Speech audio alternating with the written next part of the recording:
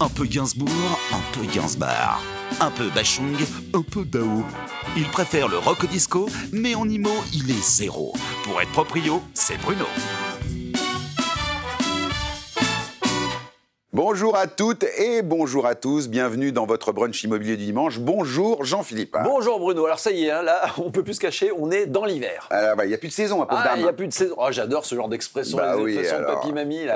On va parler justement d'intergénérationnel, Jean-Philippe, aujourd'hui avec nos experts qui sont déjà en place, qui commencent déjà à manger, hein, le brunch du dimanche. C'est le brunch, hein, c'est le principe. Voilà, on est bien représentés, on va parler des avantages, des inconvénients de ce système de logement, où il y a quand même des soucis en France. Il y a des soucis parce que d'un côté, on a des jeunes qui ont du mal à se loger, et puis d'un autre côté, on a des personnes âgées qui se sentent seules, qui aimeraient avoir un peu de compagnie, avoir un peu quelqu'un pour les aider dans les tâches ménagères. Donc il faut les faire vivre ensemble. Une vraie tendance. Vous recevrez un invité extraordinaire dans l'invité du dimanche. Maxime Chatham, c'est l'un des romanciers français les plus vendus quand il fait du thriller, du polar. Et là, vous allez voir, en fait, son intrigue se passe autour du journal de 20h. Ah oui, c'est ça. Grosse tension, gros suspense. Comme toujours avec Maxime Chatham. Toujours. Bon, je crois que c'est le moment de retrouver nos spécialistes qui vont nous parler d'intergénérationnel. Et puis, on y va. Eh ben, on y va. Allez, c'est parti. Allez, j'y vais.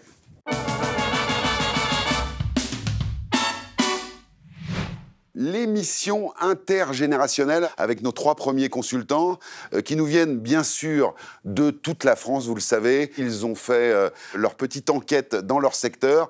On commence avec toi, Johnny, Nice. Ça faisait un moment que tu n'étais pas venu nous voir. J'ai passé l'été au soleil, hein. Je vous ai laissé, j'attends qu'il fasse froid pour revenir. Ouais. Et donc, Nice, c'est excellent comme ville. On a le soleil, 300 jours de soleil, la mer bleue, la montagne à 1 heure, l'Italie pour se décompresser. Extraordinaire.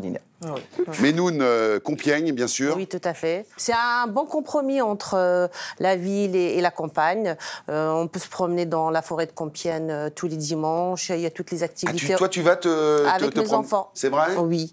Oui. Ah, ça, c'est sympa. Oui. Alors, une petite nouvelle. Alors, attention, elle est un peu stressée. Hein. Céline nous vient de La Roche-sur-Yon. La Roche-sur-Yon, et est-ce que tu peux nous situer où c'est ? Ça se situe du coup dans les Pays de la Loire, en Vendée, donc dans l'ouest de la France, et c'est pas très loin du bord de mer. Bon, et tu t'y es installée il n'y a pas très longtemps finalement ? Oui, il y a à peu près 6 ans environ, je me suis installée là-bas pour me rapprocher justement du bord de mer. Et de la famille. De ma famille. Et de la famille. Bon, l'intergénérationnel, justement, on parle de famille.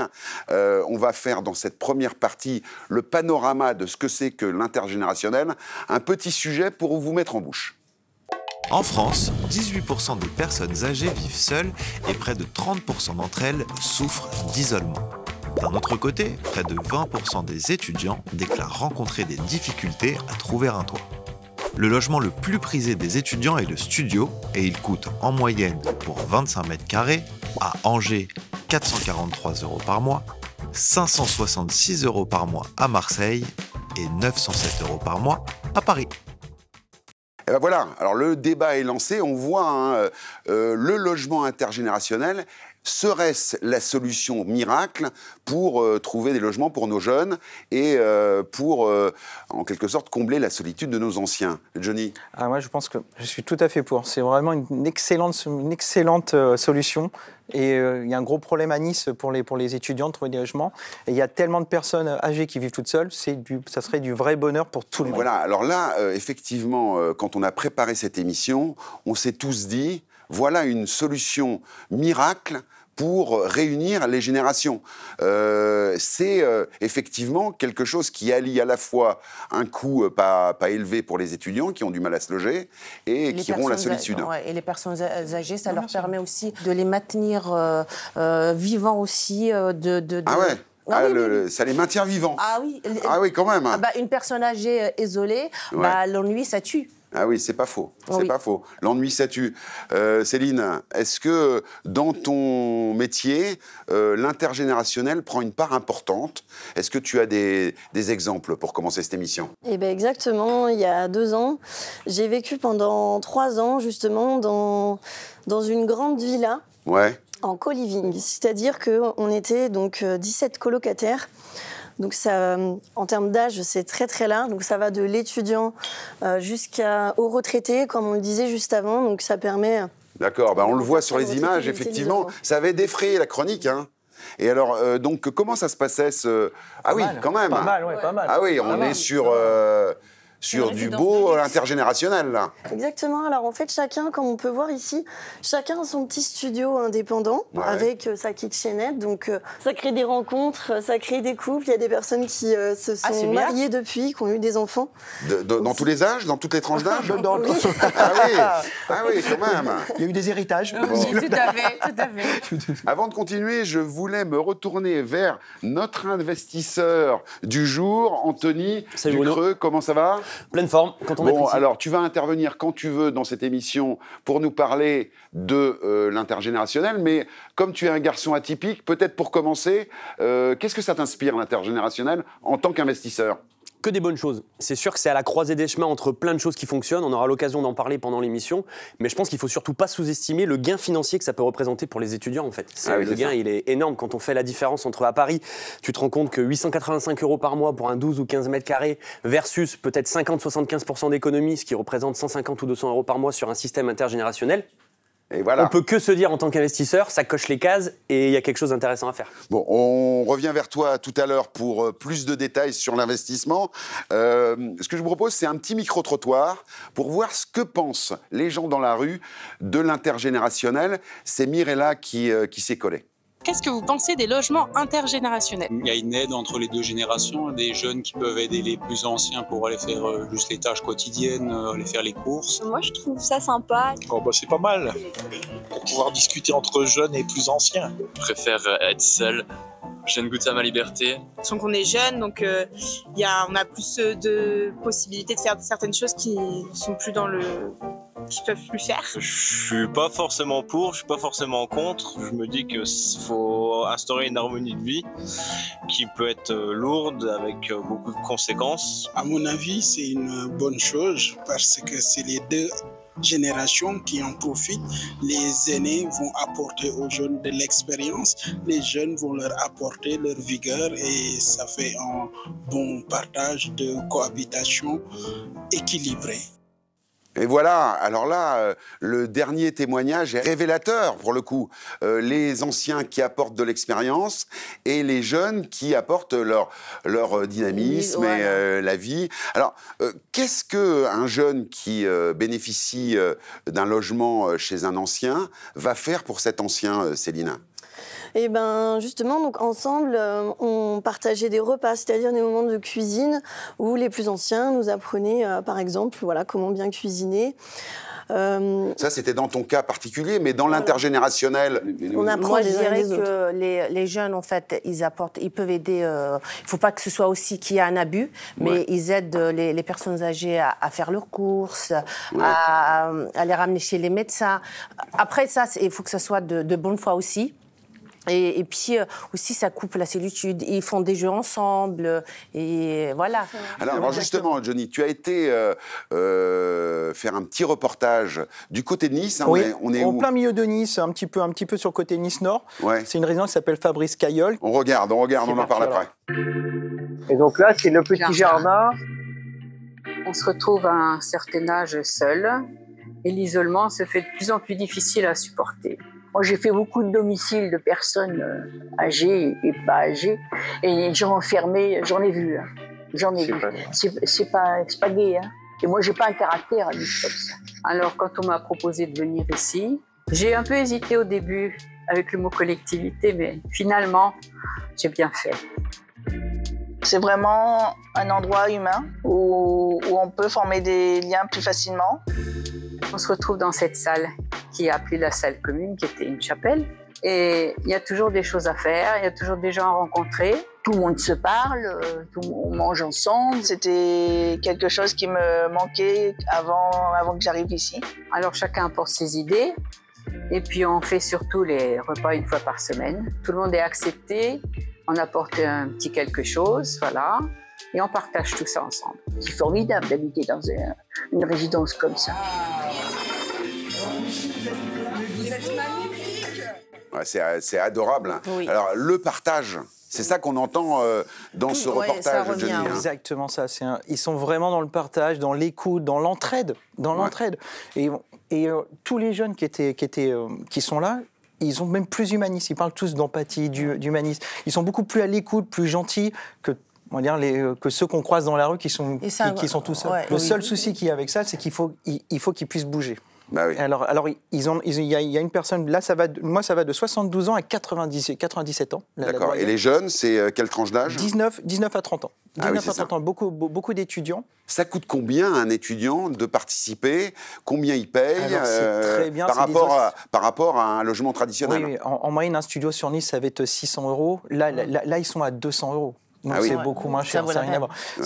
Et pareil pour les anciens, c'est à peu près le même prix, c'est à peu près les mêmes prix pour tout le monde. Ils payent un peu plus cher, mais c'est vraiment très abordable, c'est plus une association aussi, Mais par contre, c'est la seule qui existe à Nice. Ah oui. Il n'y en a pas d'autres. Donc oui, c'est ça peut-être dont on peut parler, c'est les pouvoirs publics, les mairies. Est-ce qu'elles font des choses pour réunir et créer un lien social entre les plus jeunes dans vos villes, par exemple ? Dans ma ville, il y a un projet qui vient de sortir, on va dire, il a moins d'1 an.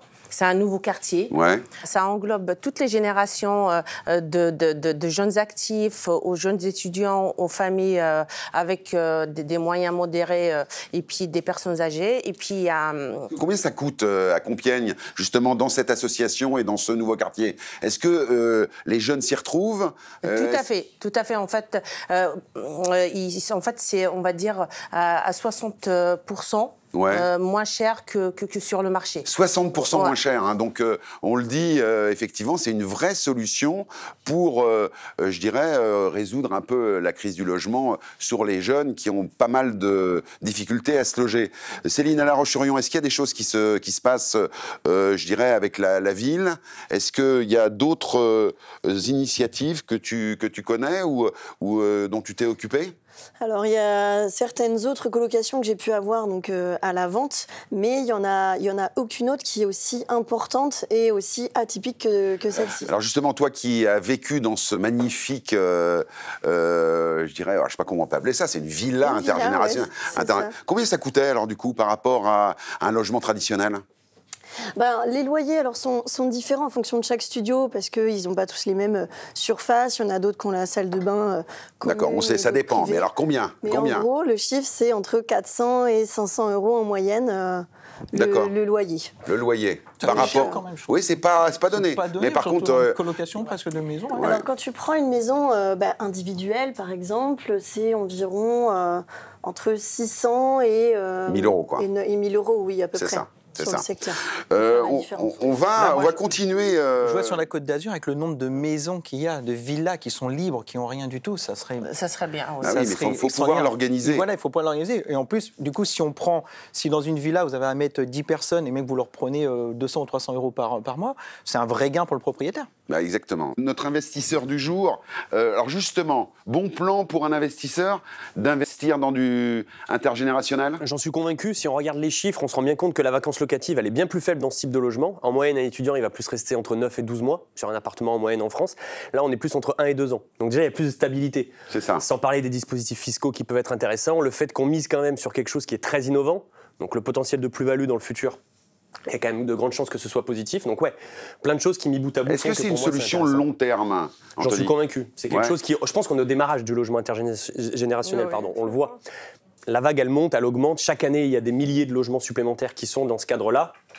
Donc on est plutôt sur une belle processus. Anthony conseille donc d'investir dans l'intergénérationnel. J'aimerais qu'on termine cette première partie, Johnny, avec le témoignage d'un ancien avec le jeune qui est avec elle. Extraordinaire. C'est une petite dame de 79 ans qui vit à Cantaron, c'est un petit village à 7 km de Nice. Ouais. Et elle est totalement isolée. Elle était. Du coup, elle était. Et donc c'est son fils qui a appelé la société Colombage, donc, qui est spécialisée, une association aussi qui est spécialisée pour mettre des jeunes qui recherchent des logements avec des personnes âgées. Avec des anciens, oui, on est dans le thème. Plus hors de ville. On regarde, on en parle juste après. Extraordinaire, je vous explique après. On a trouvé une pépite pour vous. C'est l'exemple de la colocation intergénérationnelle. Jean-Baptiste et Eliane. Coucou. J'ai 25 ans, je viens de l'île de la Réunion et je suis en colocation avec le système Colombage chez Madame Eliane. Les avantages de mon côté, c'est que j'ai un logement pas cher, endroit où habiter et vivre, et ça me fait découvrir des nouvelles choses, autant culturelles, et ça me fait découvrir des nouvelles personnes et tout ça. Il prend soin de vous? Ben oui, bien sûr. Il fait des courses? Oui, il fait des courses, oui. Et du coup, est-ce que vous cuisinez pour lui? Est-ce que vous faites inversement? C'est plutôt lui qui cuisine, oui. C'est plutôt moi qui cuisine. Ah, c'est bien, bravo. Je fais la cuisine, le ménage. D'accord, ouais, c'est bien, vous êtes bien tourné, d'accord. On voit qu'il y a une vraie complicité entre... Une vraie complicité, et ce qui est inversement, quand on est arrivé, on s'est dit, quand même, il y a un décalage, il y a 55 ans d'écart. Bah oui, c'est on ça. s'est dit, il y a un voyage. Et en réalité, c'est lui qui prend soin d'elle. Et on pensait, on s'est dit, il est étudiant, mais non, il travaille. Donc il fait ses 39 heures semaine, et quand il rentre, il fait le ménage, il fait à manger, il cuisine pour elle, et il s'occupe d'elle. C'est le bon plan. Comment elle s'appelle, cette petite dame? Elle s'appelle Eliane, 79 ans, mais c'est un petit cœur aussi. Les deux sont adorables, mais c'est justement, c'est ce qu'on dit, c'est que le jour où il va partir, par contre, et donc ce qui est bien, c'est qu'il a eu un bail de 6 mois, donc c'est des bails, des baux, c'est des baux directement, et là, il a renouvelé pour 1 an. D'accord. Et comme il dit, il ne pense même pas partir. C'est comme les colocations ordinaires, mais c'est juste intergénérationnel. Oui, c'est ça. Mais si on arrivait à faire ça dans toute la France, mais c'est... c'est effectivement... ça sortirait en France, beaucoup de personnes âgées. Ça résoudrait la crise du logement. Et puis, nos anciens sont un peu moins bien traités que dans d'autres pays du monde, où les familles se regroupent. Ce que j'allais dire, moi, dans mon vécu, dans ma belle famille, il y a ma belle-mère qui vit avec sa mère de 93 ans et son petit-fils de 24 ans. Du coup, il y a 3 générations sous le même toit et ça se passe très bien. Merci à tous les 3 pour ces témoignages très émouvants. On le voit, un intergénérationnel, ça prend aux tripes. Ce qui prend aux tripes également, c'est l'invité du dimanche avec Jean-Philippe qui reçoit aujourd'hui l'incroyable romancier Maxime Chatham qui va nous présenter son nouveau roman. C'est à toi, Jean-Philippe.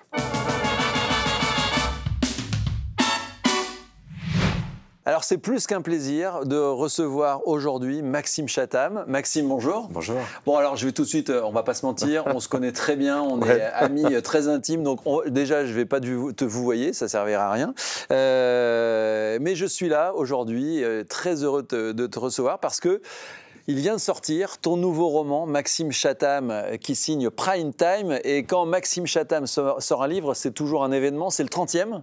Exactement. On est à plus de 10 millions d'exemplaires vendus parce que tu as un lectorat qui t'est fidèle et qui attend toujours les nouvelles aventures pour voir où tu vas nous emmener. Et cette fois-ci, c'est dans le monde de la télé.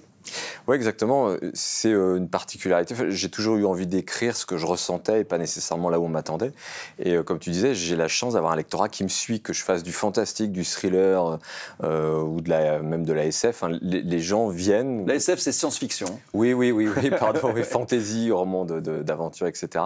Et non, et celui-ci, c'est un vrai pur thriller documenté dans le monde du JT du 20h et des techniques de négociation du GIGN. Oui, parce que l'histoire, c'est le présentateur du 20h qui se fait prendre en otage. Exactement. Oui, le journal le plus regardé de France commence. Il est face caméra, les projecteurs, tu connais ça. Oui. Et soudain, un type rentre, masqué, avec une voix déformée, donc on ne sait pas qui c'est, pose une arme sur la tempe du présentateur, regarde la caméra et dit « Si vous coupez le direct, à partir de maintenant, je le tue ». C'est le début du roman. Et là, ça y est, je sais, chez vous, vous êtes pris, vous vous dites, il me faut absolument ce livre, parce qu'on a envie de savoir la suite, évidemment. On va voir, en fait, un milieu qu'on connaît de l'autre côté de l'écran. Et en plus, comme tu le fais pour tous tes romans, tu t'es vraiment documenté. J'ai retrouvé le fonctionnement, notamment, d'une rédaction. On voit tout, de la chef d'édition jusqu'au journaliste présentateur. Tu t'es encore une fois documenté. Ouais, complètement.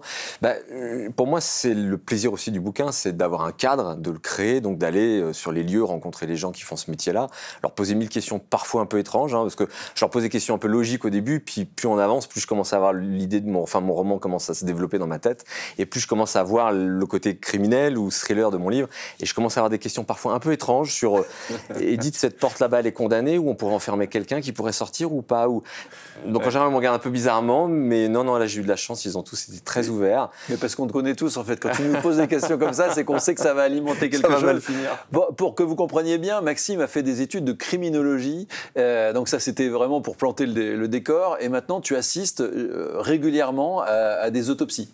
Oui, pas par plaisir, mais non. Moi j'aime bien inventer des histoires, j'aime bien interpeller le lecteur sur des questions de société, mais ça marche mieux quand c'est dans le cadre, pour moi, d'un thriller, et donc il faut qu'il y ait quelque chose, une base réaliste dans laquelle on puisse se projeter, parfois découvrir des nouveaux univers. Et avoir un rapport au crime, ça passe aussi par le corps, par ce qu'est la violence, parfois aussi donc l'enquête, donc les autopsies. Donc oui, je vais assister à des autopsies où j'accompagne parfois des enquêteurs sur des scènes pour comprendre comment ils travaillent, qu'est-ce qu'ils peuvent ressentir. Et notamment, le premier légiste qui m'a accueilli, il m'avait dit vous devriez mettre ça sous votre nez, le fameux truc qu'on voit dans tous les films, là, pour ne pas avoir l'odeur. Pour pas avoir l'odeur, parce que là, ça va être terrible. Et je lui ai dit non, je veux pas, parce que je veux pouvoir décrire. C'est-à-dire que moi, j'ai pas envie de dire c'est une odeur horrible. J'ai envie de vous raconter ce qu'on ressent, ce qu'on respire, pour que vous puissiez vous projeter. Alors, dans celui-ci, j'ai été plus soft, mais dans certains livres, ça peut aller loin. Ouais. Là, c'est un thriller. Là, hein. On n'est pas dans l'horreur. Hein. Pas du tout. Non, on n'est pas du tout dans l'horreur. C'est plus, c'est un thriller qui joue avec nos nerfs. Ouais. Et on regarde plus le 20h de la même façon après. Moi-même, je regarde toujours autour de moi s'il n'y a pas quelqu'un qui arrive avec un flingue. Ça s'appelle Prime Time. Donc c'est le dernier Maxime Chatham. Si vous en voulez encore un peu plus de Maxime Chatham, il y a aussi Le Pire des Noëls. Ça, c'est au profit 100% du Rire Médecin. Ouais. Exactement. Vous êtes quelques-uns à avoir signé des nouvelles. Bon, voilà, vous imaginez aussi, là, c'est le Père Noël qui devient complètement horrible. c'est Maxime Chatham. On va te retrouver dans une autre partie tout à l'heure. On va voir avec toi ton parcours à travers les endroits où tu as vécu, où tu es né, à Herblay, là où tu as voyagé, parce que ça a beaucoup compté dans ton inspiration et dans ton écriture. Puis je vais essayer un truc aussi, c'est de ne pas te rendre trop sympathique. On retrouve tout de suite Bruno avec nos consultants et j'ai hâte de raconter l'histoire de Maxime Chatham.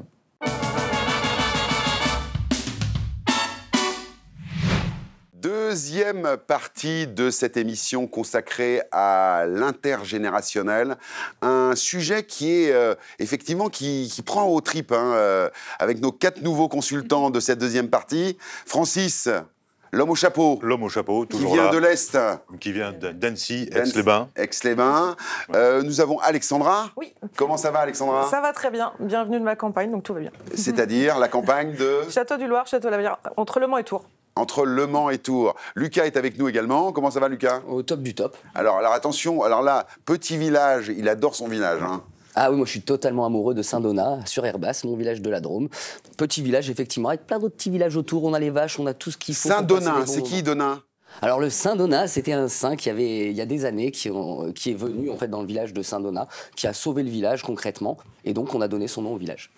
Et la parisienne de l'étape, enfin parisienne, Bois-Colombes, disons. Voilà, Bois-Colombes dans le 92. Sophie est avec nous, intergénérationnelle. Est-ce que pour commencer cette partie, on va parler des avantages et des inconvénients de ce mode de logement? Est-ce que vous êtes, je dirais, plutôt sensible à ce nouveau phénomène? Alors je le dis, plus de 1500 logements intergénérationnels sont créés chaque année. C'est une vraie tendance. Qu'est-ce que vous en pensez? Comme ça, un petit tour de table. Moi, je pense que ça peut être une bonne chose, justement. Ça permet de dynamiser un petit peu, de redonner un peu de vie, en fait, et de lien entre les générations, finalement, qu'on a perdu au fur et à mesure. Alexandra, un petit commentaire. Est-ce que, pour toi, c'est bien que ce type de logement se développe? Bien sûr, c'est très important. C'est qu'aujourd'hui, ça renoue beaucoup sur les relations humaines, les relations aussi à tout niveau traditionnel. Et en même temps, je pense qu'on allie les inconvénients, qui sont aussi, par contre, il y en a quand même, au niveau des horaires de travail pour certains ou des étudiants. Par contre, il y a un accompagnement. Il y a beaucoup de choses autour qui sont mises en place qui permettent de vivre mieux. Donc, bon, est-ce que tu me passerais un petit pain au chocolat, enfin, ou une, comment on dit, c'est pain au chocolat ou une chocolatine. Moi, la petite chocolatine, servez-vous, parce que on est dans le brunch du dimanche. C'est aussi ça aussi l'intergénérationnel. C'est la cuisine en commun, manger en commun. Francis, c'est de la recréation de liens sociaux en réalité, entre les générations, une transmission de savoir, de savoir-être, de savoir-faire.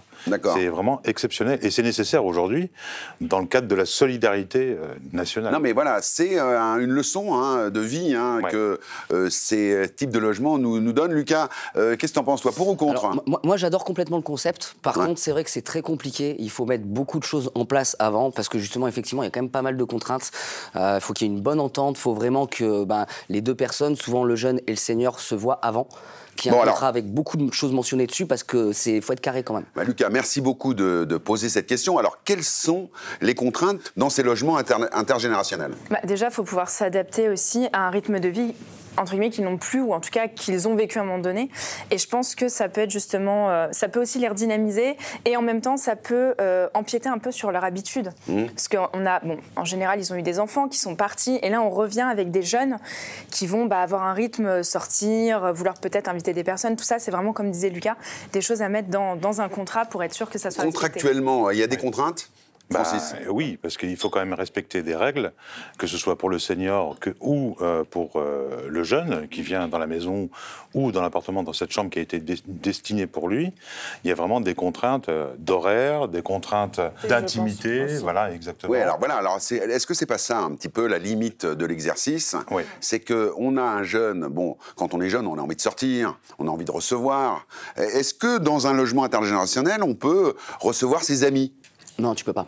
Tu peux difficilement, en fait, parce que effectivement, forcément, tu vas déranger la personne âgée à un moment donné, en fait, avec le bruit. Après, ça dépend comment est fait l'appartement ou la maison aussi. Si les chambres sont écartées, s'il y a une grande pièce de vie, ça dépend vraiment du contexte où on est. Mais c'est effectivement... Et le plus important, c'est la relation, en réalité, qui a été créée dès le départ contractuellement, quand c'est géré par une association.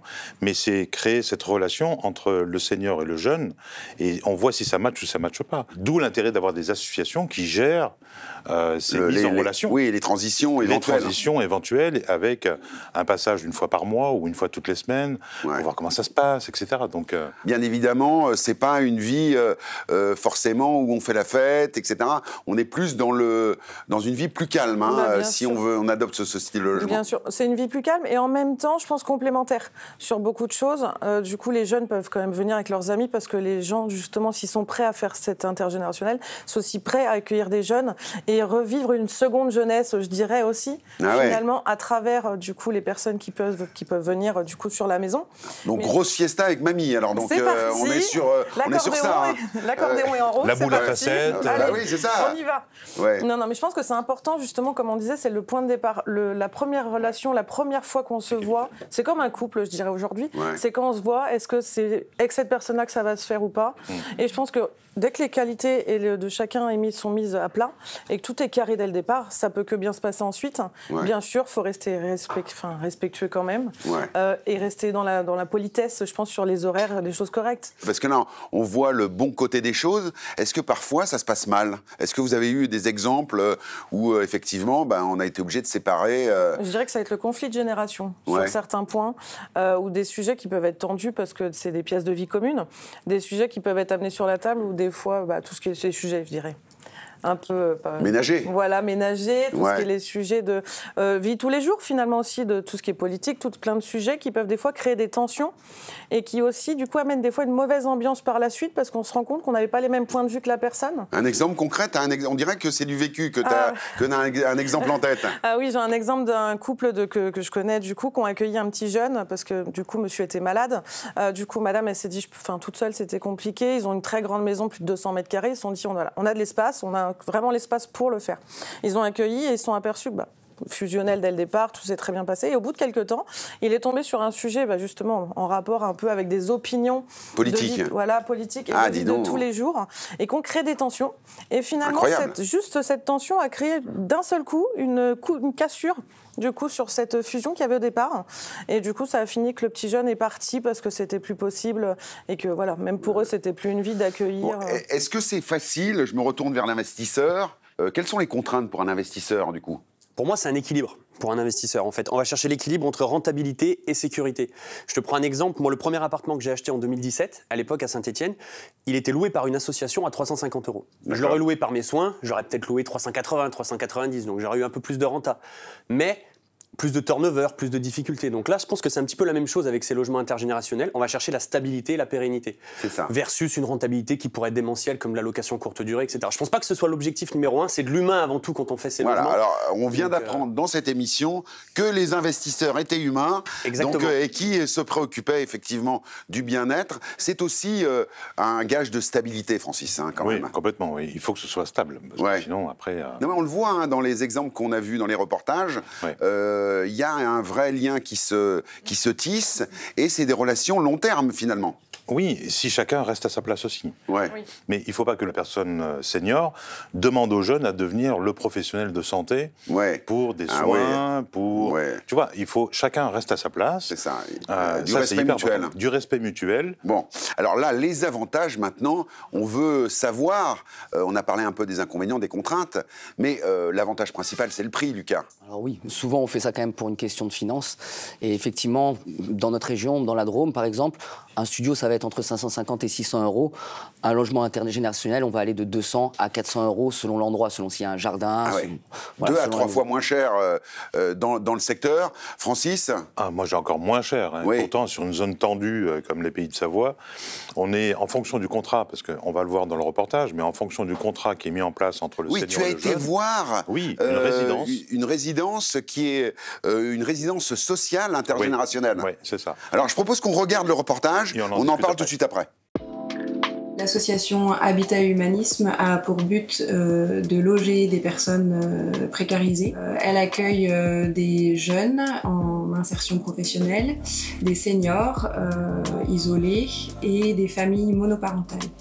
Le but de cette résidence et de cet habitat, c'est de favoriser le vivre ensemble et les relations, rompre l'isolement. L'entraide se fait assez naturellement, c'est-à-dire que dans le quotidien, un jeune va aider un senior à porter ses courses ou à déplacer un meuble.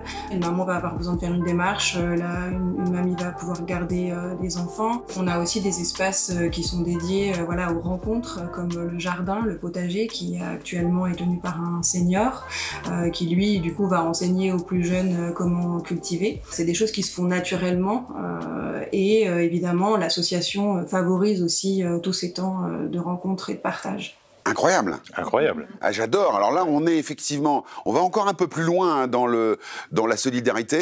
On est sur du social, aider des personnes peut-être un peu précarisées. Un peu précarisées. Et du coup, si tu veux, il y a 3 types de résidents dans cette résidence, donc 21 logements. On va avoir des jeunes qui sont là pour un certain temps, donc entre 6 mois, 1 an et demi, grand maximum. On a des familles monoparentales, donc c'est un tremplin. D'accord. Donc elles vont rester là 1 an, 2 ans. Donc on est sur une résidence sociale. Hein. Et on a des seniors également, donc une partie des logements pour les seniors, mais eux ils sont J'adore le jardin qui est tenu par un senior qui apprend aux jeunes à cultiver. À cultiver, des tomates. Ça te dirait d'apprendre à... Moi je trouve ça génial, et par contre du coup ça me conforte dans l'idée que c'est quelque chose de bien. Et si je peux rebondir, en fait il y a une construction qui est en train de se faire sur Bois-Colombes justement, en solidarité, où il y aura 33 logements, une vingtaine pour les personnes âgées justement. Donc ça c'est la mairie qui a lancé. C'est la mairie qui a lancé le projet en octobre 2021 et l'immeuble normalement devrait sortir de terre et être ouvert à partir de fin 2025. Et qu'est-ce qu'il aura de particulier parce qu'en région parisienne, là on en a parlé avec Lucas, mais en région parisienne, l'intergénérationnel pour un jeune, combien il va payer pour... On peut diviser par 2, c'est-à-dire qu'un studio chez nous c'est aux alentours de 900 €. Là on va être sur du 400-450, ce qui reste élevé par rapport à d'autres régions, mais qui est ultra attractif chez nous. C'est encore un peu plus cher que le cas de Francis. 70 €, je le rappelle. 70 € dans certaines résidences. Mais par contre, il doit faire le ménage, le bouton de la pelouse. Donc voilà. Et puis ça va sinon ça monte à 200 € et 400 € au maximum. On est vraiment sur des situations précaires. Non mais Francis, là on parle concret. C'est-à-dire qu'effectivement, il n'y a pas de mystère quand même. Non. C'est-à-dire que plus le jeune va participer, à quelque sorte, à l'aide de l'ancien, moins il va payer cher. Mais bien sûr. C'est un peu ça, quand même. C'est un peu ça, c'est l'idée. Alexandra ? Je pense que c'est le but aussi de l'intergénérationnel en général. Ça se multiplie encore plus aujourd'hui dans le besoin financier, mais dans le besoin de rapprochement humain. Donc c'est un mélange de beaucoup de choses. Après, en fonction des structures, on va vraiment avoir différents profils aussi. Au niveau des structures sociales, on accueille beaucoup un peu de monoparental, des choses comme ça.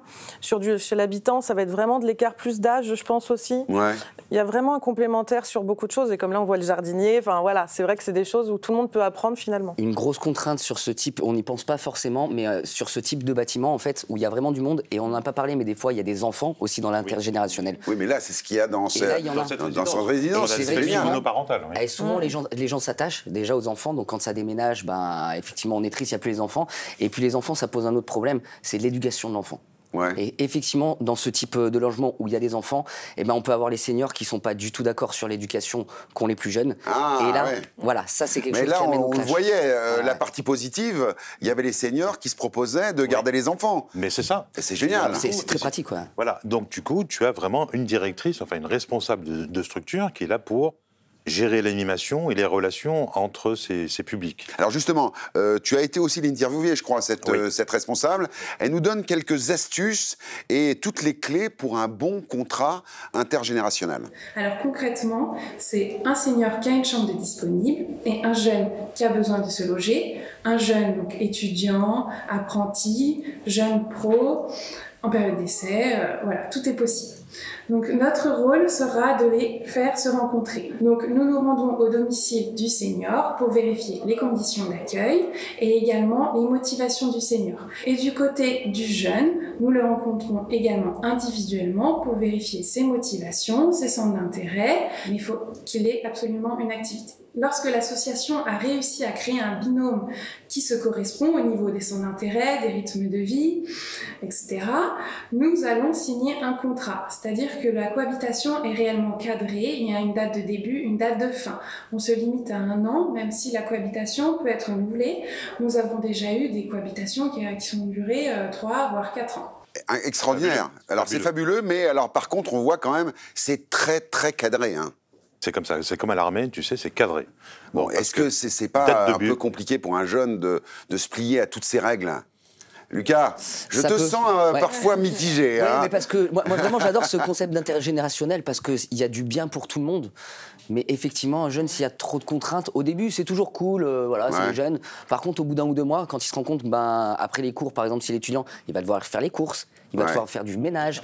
Et effectivement, au bout de quelques mois, ça peut vite changer les humeurs aussi. Elle avait l'air de dire que ça durait. Moi, je suis pas forcément d'accord, justement, parce que je pense que les personnes qui sont prêtes à faire de l'intergénérationnel sont prêtes à avoir ces contraintes-là. C'est pas n'importe quel jeune, c'est pas n'importe quel senior qui peut faire ça. C'est peut-être ça aussi qu'il faut dire à nos téléspectateurs. Ce que je voulais rajouter, si tu veux, dans le contrat, 70 € par mois pour avoir cette chambre, avec sa petite salle de bain, c'est une présence de 4 nuits par semaine. D'accord. Qui dorment, enfin que le jeune dorme dans cette chambre pour... Minimum, 4 jours par semaine et un week-end sur 2. D'accord, mais il dort où le reste du temps s'il dort pas... non, mais il peut sortir, il peut faire la fête, il fait ce qu'il veut. D'accord.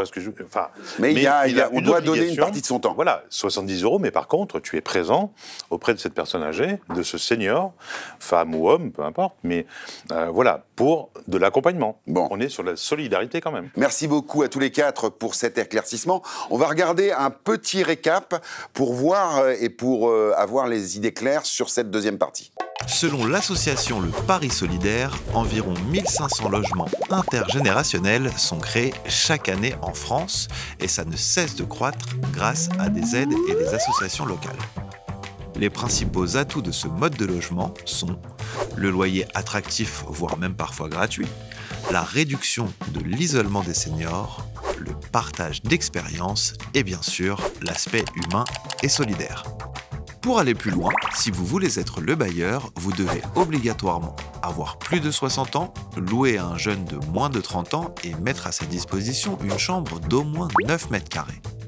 La contrepartie financière modeste qui lui sera demandée est encadrée par le texte de la loi Elan. Sachez que tout locataire peut sous-louer son bien en informant son propriétaire et que celui-ci ne peut pas s'y opposer. Sur le plan fiscal, ni déclaration ni impôt sur les revenus locatifs ne sont exigés si le logement est principal pour les 2 parties et si le loyer reste dans les seuils fixés de 190 € par mètre carré par an en Île-de-France et de 140 € par mètre carré par an en province. Enfin, les aides au logement sont maintenues, le loyer perçu n'impactant pas les allocations. Troisième partie de cette émission consacrée à l'intergénérationnel, un sujet passionnant où la solidarité et l'entraide entre les générations est dévoilée. 3 nouveaux experts pour cette partie interactive. Christophe avec nous, l'homme à la casquette, l'Ouest parisien. Tout va bien? Tout va très bien. Bon. C'est un sujet que j'aime beaucoup. Oui, c'est un sujet que tu aimes beaucoup et tu as beaucoup de choses à nous dire. Marie, bien évidemment, Beaujolais, Val-de-Saône. Entre Lyon et Mâcon. Entre Lyon et Mâcon.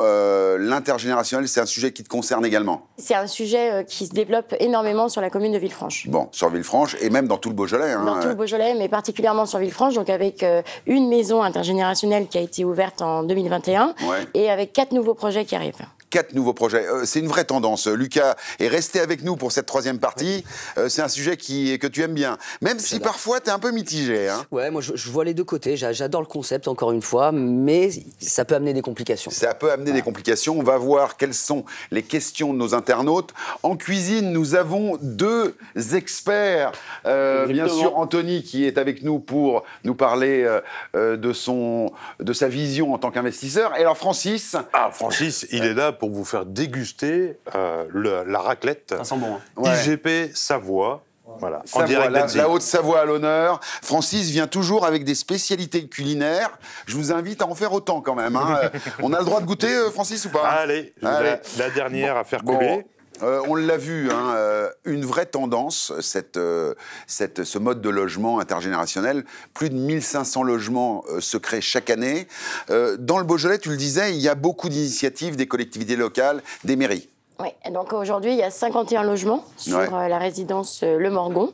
Et il y a 4 nouveaux projets qui arrivent dans les années à venir. Alors le prix, parce qu'on en a parlé un peu dans les 2 premières parties, est-ce que quand on est un jeune, c'est vraiment attractif, par exemple dans ta région? Ça démarre à partir de 200 €. Donc quand on voit le prix d'un studio sur Villefranche, on est plutôt entre 400 et 600 €. Voilà, donc encore 2-3 fois moins cher. Hein. En fait, ça répond à une double nécessité. L'isolement des personnes âgées. Marie peut en témoigner. Et 2, la difficulté d'accès au logement des jeunes avec une pénurie de logements en location. Donc c'est vrai que cette solution répond à ces 2 besoins. Mais tu sais que mon grand-père avait exactement la même casquette que toi. Hein, Écoute, j'ai pris des risques, j'ai compris. Allez. Lucas, qu'est-ce que tu en penses? Le gars... Ah bah voilà, regarde ça. Alors attention, là... Oh, là, c'est très très beau. Merci beaucoup, Francis. Alors attendez, faites passer le plat, parce que là, franchement, là c'est un truc de fou furieux. Hein. Lucas, on le voit, une vraie tendance, l'intergénérationnel. Pour les seniors, un bonus. Pour les étudiants ou pour les jeunes actifs, un bonus également. Complètement. Alors surtout quand on sait qu'il y a 20% des personnes âgées qui sont très isolées, qui se sentent isolées, et 15% des étudiants qui ne trouvent pas de logement, je trouve que ça fait un bon compromis, on a à peu près les mêmes chiffres, ça permet de... Bon, on goûte la raclette de Francis et on regarde le premier selfie-mo.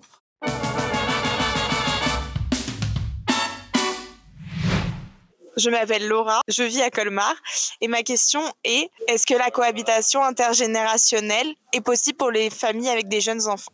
Donc, alors toi qui es particulièrement concerné par le logement intergénérationnel, puisque tu as toi-même, avec ton grand âge, testé la chose. Hein, ok, j'ai compris. Donc pas de blague sur non, Marie, c'est pas possible. J'ai compris. Mais effectivement, je l'ai testé quand tu m'as hébergé sur la péniche. C'est vrai.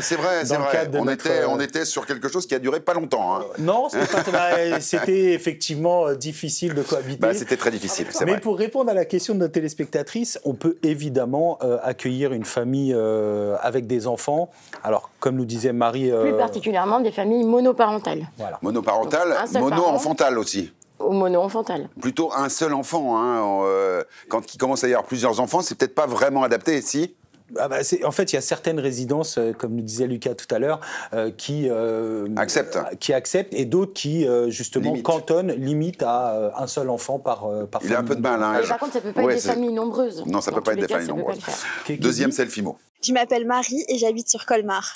est-ce qu'il existe des aides pour adapter un logement aux besoins d'un senior qui héberge un étudiant? Alors ça, c'est une question intéressante qui finalement, est-ce que ça concerne uniquement les logements intergénérationnels ou alors est-ce que c'est pas plutôt les aides pour les seniors? Alors c'est le même type d'aide qu'on va avoir par exemple pour les jeunes qui ont un studio, un appartement, ils peuvent avoir accès aux APL. Ouais. Mais effectivement, oui, c'est des aides de l'ANA.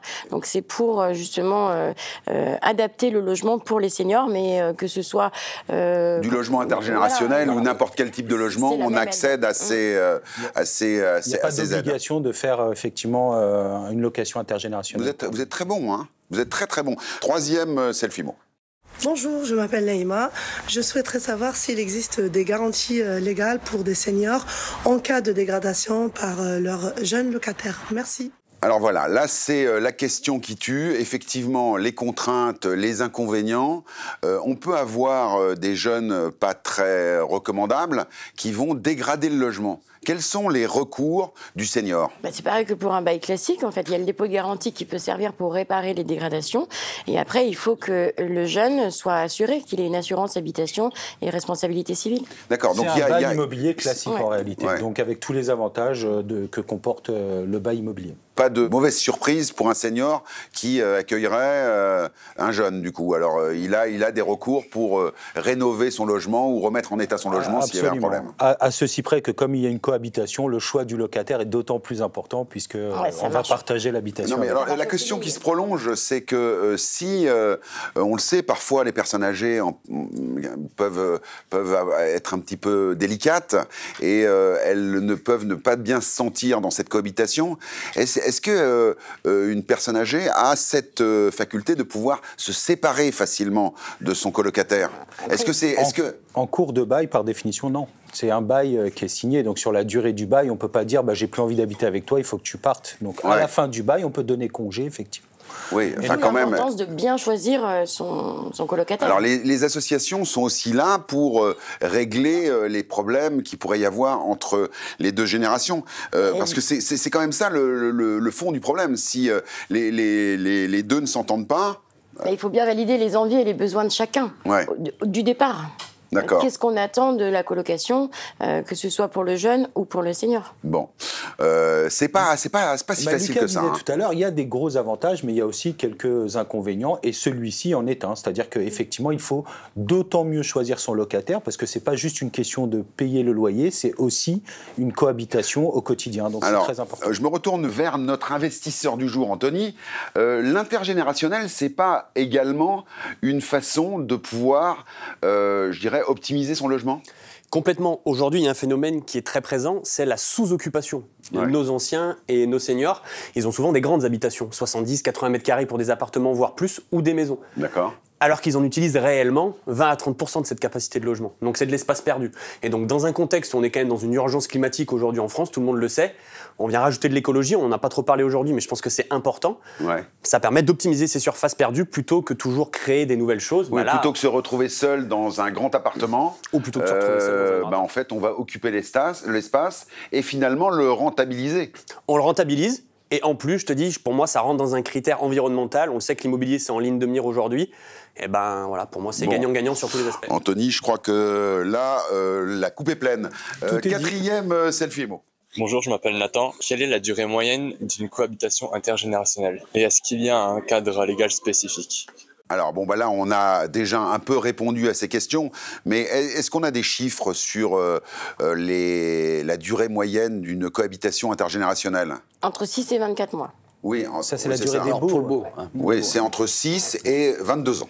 Et 24 voilà, donc on est sur, on n'est plus sur une fourchette, on est sur un râteau, on appelle ça. Après, on est d'accord. On y reste 24 mois, voire plus, peut-être aussi. Ça, on peut renouveler aussi, bien sûr.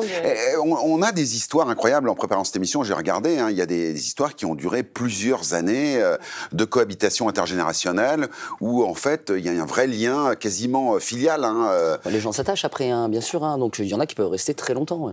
une très belle histoire. J'ai effectivement une cliente qui a reçu chez elle un jeune homme. Ça fait 11 ans qu'il habite Ils habitent ensemble. Voilà. Et ils se sont mariés maintenant. Et ils ont eu beaucoup d'enfants. Elle l'a adopté. Elle n'avait pas d'enfant et elle l'a adopté. Donc c'est devenu son fils adoptif et il s'occupe d'elle très très bien. C'est incroyable. De son jardin, de faire toutes les petites réparations. Mais ça, c'est les belles histoires de l'intergénérationnel. Il y en a. Ça fait 11 ans que ça dure. Bon, le cadre légal, est-ce qu'il y a un cadre légal spécifique à l'intergénérationnel ?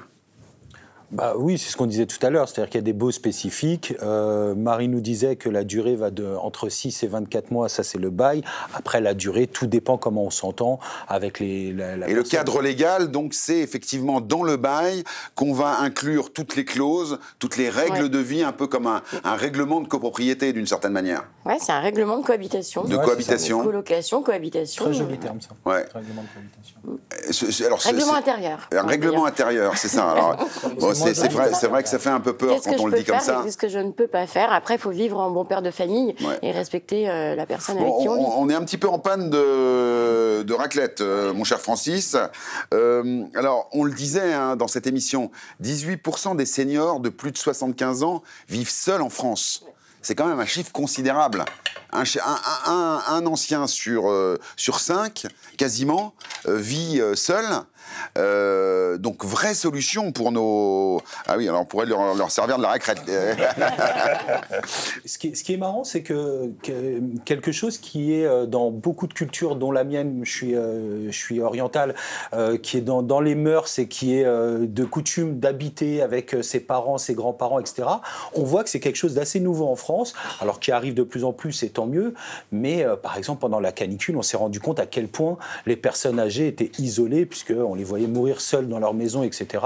Je trouve que c'est forcément positif, cette évolution de la société. Oui, alors effectivement, c'est au Liban, on l'a vu avec Menoun en première ou en deuxième partie, culturellement, il y a certains pays qui ont ça dans les gènes, en fait. Oui, mais alors pas qu'une histoire de culture, puisque là, dans le Beaujolais, j'ai un exemple où j'ai une famille qui a acheté une propriété, il y a 4 générations qui habitent ensemble. Oui. Alors, chacun avec son habitation personnelle, mais tous dans le...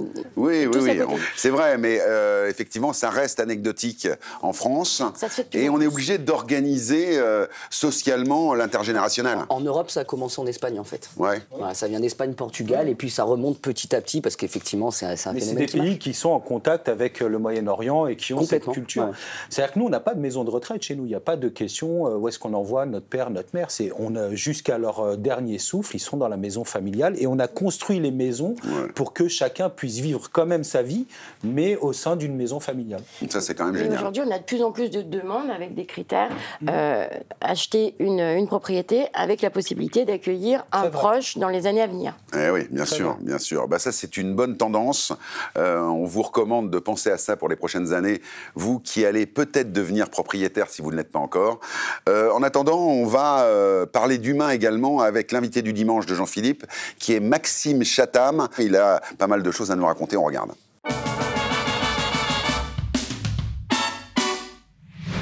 Oui, Bruno, toujours avec Maxime Chatham à l'occasion de la sortie de son dernier roman, Prime Time. Mais on ne va pas parler du roman, on va parler de Maxime Chatham. Qui es-tu vraiment? Vaste question. Et Dieu dans tout ça. Bon, où est-ce que tu es né? Maxime? Je suis né à Herblay, dans une petite ville de banlieue parisienne. Appartement ou maison? Un peu tout. J'ai vécu un peu tout avec mes parents, appartement, puis après maison, puis un peu plus grande maison. Petite ville plutôt agréable où il y avait des forêts, pas mal d'espaces verts, un peu sauvages encore à l'époque, où j'ai fait mes premières armes de gamins qui se baladent, notamment la nuit. Je faisais maintenant je peux le dire, il y a prescription, mais mes parents se couchaient et je faisais le mur. J'allais explorer le coin. Et ton imaginaire a grandi à Herblay. C'est un peu la première source d'inspiration pour mes livres quand j'ai commencé à écrire. Et puis l'autre source d'inspiration, c'est dans les voyages. Parce que là, tu es parti aux États-Unis en début d'adolescence. Enfin, tu avais quoi, 12-13 ans? Ouais, 12 ans. 12 ans. Mes parents m'ont envoyé dans des familles d'accueil aux États-Unis pendant 3 mois et demi, donc essentiellement à Portland dans l'Oregon, et là ça a été la claque, quoi. Passer de ma petite ville de banlieue à ce territoire gigantesque où tout était énorme, et c'est un peu, je pense que ce qui a commencé à inscrire dans ma tête les fondamentaux de ce que seraient mes premiers livres, c'est-à-dire... D'ailleurs, le premier publié, il se passe à Portland. Exactement. L'âme du mal. Exactement. L'âme du mal, ça se passe à Portland, et parce que justement tout me semblait tellement grand, y compris les émotions en fait, les rapports entre les êtres humains pouvaient être complètement exagéré, en tout cas à travers mes yeux d'adolescent et de jeune homme plus tard, parce que les États-Unis c'était comme ça, quoi. Tout était dingue, et la preuve, les types étaient capables de sortir avec une arme et de flinguer tout le monde dans la rue. C'est pas très courant en France, heureusement. Donc j'ai eu envie de parler des États-Unis pour citer mes premiers livres, parce qu'en plus j'ai eu la chance d'y aller quand même très régulièrement pendant toute mon adolescence. Et tu as beaucoup de romans d'ailleurs qui se passent là-bas. Ouais. Et puisque ici on parle d'immobilier, tu le sais, tu as découvert aussi d'autres façons de vivre dans d'autres maisons. Oui, une des familles chez qui j'ai été avait une maison qui restait un peu mon fantasme pendant toute ma vie, jusqu'à ce que j'achète une maison équivalente dans ma vie. C'est-à-dire qu'aux États-Unis, je débarque à 12 ans, je viens de ma petite banlieue, on avait vécu dans des petits apparts en HLM, puis un petit pavillon, mais un peu étroit. Et je débarque un jour dans une maison gigantesque, c'était une famille très, très aisée, et ils avaient une maison à l'américaine, c'est-à-dire blanche, en bois, avec les colonnes, un parc sublime, une vue sur tout Portland et la rivière. J'ai l'impression que tu me parles de chez toi, pratiquement. Non mais c'est ça, en fait, aujourd'hui tu habites dans l'Oise, dans ce genre de maison. Oui, mais parce qu'en fait, je pense qu'à 12 ans, c'est inscrit dans ma tête... un jour, j'aimerais avoir cette vie-là, en fait. La vie qu'ils avaient, c'était une famille heureuse, avec des enfants, le chien, le cliché, quoi. J'étais dans une série américaine, sauf que moi, je débarquais, et pour moi, j'étais un extraterrestre. Et à l'époque, je me suis probablement conditionné en mode... un jour, j'aurai cette vie-là, et donc ça passait par la maison. Cette ville-là, c'est drôle d'ailleurs, un jour, j'aurai cette vie-là. Cette ville-là, cette ville-là. Ok, non, c'est drôle. Non, c'est pas drôle. Et donc, tu as eu cette ville-là, et c'est là où tu écris. Tu écris de chez toi. Tu as un milieu d'écriture. On appelle ça un bureau, mais toi, c'est plus qu'un bureau. Oui, d'ailleurs, ça a été un problème jusqu'à il n'y a pas très longtemps. Cette maison, ça a été la revanche du banlieusard. C'est-à-dire que j'ai un jour pu m'offrir une maison comme ça, je l'ai fait, ça correspondait à mon rêve d'adolescent. Et pour te donner une idée, le premier soir, j'étais seul dans la maison. J'ai mis des rollers et je faisais du roller dans la maison en me disant qu'est-ce que j'ai fait, quoi. Qu'est-ce qui m'a pris d'acheter ça. Et je me suis petit à petit construit mon environnement qui était mon bureau, avec des objets partout. C'est un cabinet de curiosité un peu à la mode anglaise fin 19e. Et il y a tout, tu connais, mais squelette, loup-garou, momie, etc. Quand je rentre dans cette pièce, s'inscrit en moi le réflexe pavlovien d'écrire. Parce qu'il y avait de l'encens, parce qu'il y avait une lumière particulière, il y avait des objets, toute une atmosphère qui est tellement singulière et atypique que je me suis vraiment... C'est comme Avatar, en fait. Tu arrives là, c'est le Maxime, écrivain, qui arrive dans cette pièce-là. D'ailleurs, ce que j'adore en début de chaque livre, et encore une fois pour Prime Time, tu nous donnes aussi la playlist musicale. Tu pourrais même carrément nous donner des odeurs, parce que tu es beaucoup dans les parfums d'intérieur. C'est en fait, tu te mets dans un conditionnement immobilier pour écrire. Oui, complètement. Et il y a plusieurs atmosphères différentes dans la maison. C'est-à-dire qu'il y a mon bureau qui est vraiment la partie principale de création. Mais après, il y a la salle de jeu qui ressemble un peu à une autre partie de moi-même avec la musique, le sport, les jeux, etc. Et en fait, en fonction des bouquins et des moments dans les phases d'écriture, je vais d'une pièce à l'autre. Mais en même temps, je me suis un peu enfermé, moi, là-dedans. Avec le temps, et je me rends compte aujourd'hui que j'ai besoin de me détacher de tout ça. Le prochain bouquin sera certainement très différent puisqu'il est écrit ailleurs. Écrit, mais carrément ailleurs. Je suis un peu dans le secret, ça va être vraiment ailleurs. Maintenant que tu vas te détacher de ça, tu sais où tu aimerais vivre ? C'est une question d'énergie, je pense aussi. C'est-à-dire que j'ai passé 20 ans de ma vie quasiment dans cet endroit qui est un peu un cocon au milieu de la forêt, de la nature. Et je crois qu'aujourd'hui, j'ai davantage besoin d'énergie, d'urbanisation, de lumière, de vie autour de moi. Et je pense que le prochain bouquin sera teinté de tout ça, puisque, a priori, il sera écrit au milieu de la ville, alors que tous ces livres-là ont été écrits, au contraire, au milieu de la campagne, et surtout beaucoup dans ma tête. Et là, je sens que tout le lectorat, tout le fan club de Maxime Chatham est en train de se dire dire oh, mais qu'est-ce qui va nous préparer pour la suite. La suite, on le verra parce que tu reviendras pour le prochain roman. Là, c'est Prime Time, donc ça vient juste de sortir, une histoire dans le milieu de la télé. J'ajoute aussi parce que c'est aussi ce qui fait Maxime Chatham, c'est que tu collabores souvent avec l'UNICEF notamment. Là, c'est pour le Rire Médecin. Ça s'appelle Le Pire des Noëls. Et forcément, ils ont fait appel à toi, entre autres écrivains, pour écrire une nouvelle sur le pire des Noëls. Avec un Père Noël particulier. Avec un Père Noël particulier. Merci beaucoup, Maxime. Prime Time, longue vie à Prime Time, longue vie au nouveau Maxime. Et puis, donc, on va faire signer le mandat de recherche, évidemment. Merci, Maxime. Merci.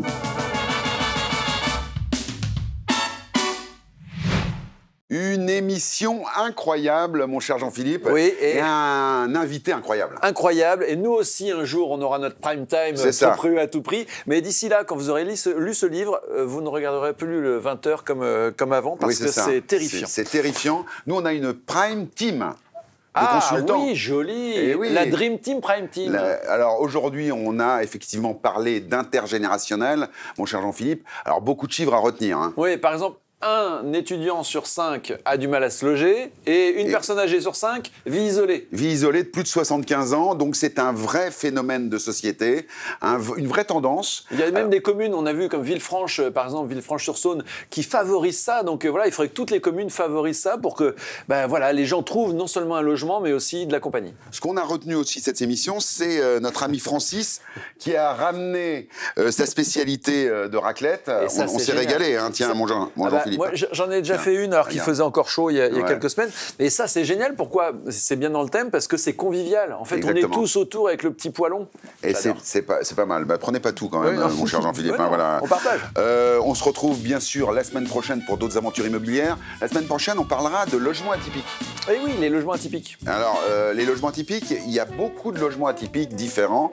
Vous verrez, on a plein de choses à vous raconter là-dessus. Et c'est celui qui vit en péniche qui vous le dit, donc vous savez ce que c'est. Et votre invité sera qui alors? Ce sera Hélène Gâteau. Hélène Gâteau, c'est la vétérinaire star. On la connaît, elle viendra nous parler de sa vie et de ses choix aussi. Vous allez voir, c'est très intéressant. Eh bien, écoutez, bon dimanche et surtout, bonne année. Oui, et comme on est dimanche midi, c'est aussi le repas intergénérationnel. Bravo. Allez, à la semaine prochaine. Ciao.